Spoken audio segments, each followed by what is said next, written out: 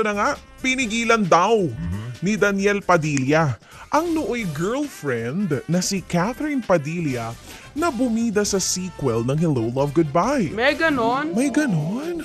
Ayon sa isang source ng entertainment reporter na si Reggie Bunoan, dapat susundan agad ang pelikula pero pinigilan ni Daniel si Catherine na gawin nga ito. Hindi raw tuloy natuloy dahil nga sa pagtutol ng aktor.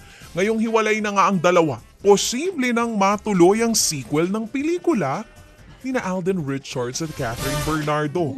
Naging top-grossing film of all time ang Hello, Love, Goodbye noong 2019. Oo, shot in Hong Kong. Samantala, mas gusto naman ng netizen si Alden Richards kaysa kay Jericho Rosales para kay Catherine Bernardo. Sa poll na ginawa ng philstar.com, marami po ang pumili kay Alden kaysa kay Echo. Siguro dahil sa agwat ng edad, Mas okay raw kasi yung hindi kasal. Oo nga, oo. Baka nasa annulment process pa lang siguro sina Echo at ang ex-wife. Samantala, may ilan naman nagsabing mas okay na manatiling single si Catherine at mag-enjoy sa buhay. Oo nga, kakahiwalay lang eh.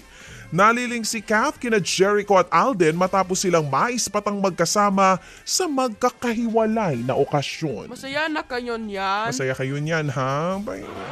Si Kath ang magde-decide niyan. Oo.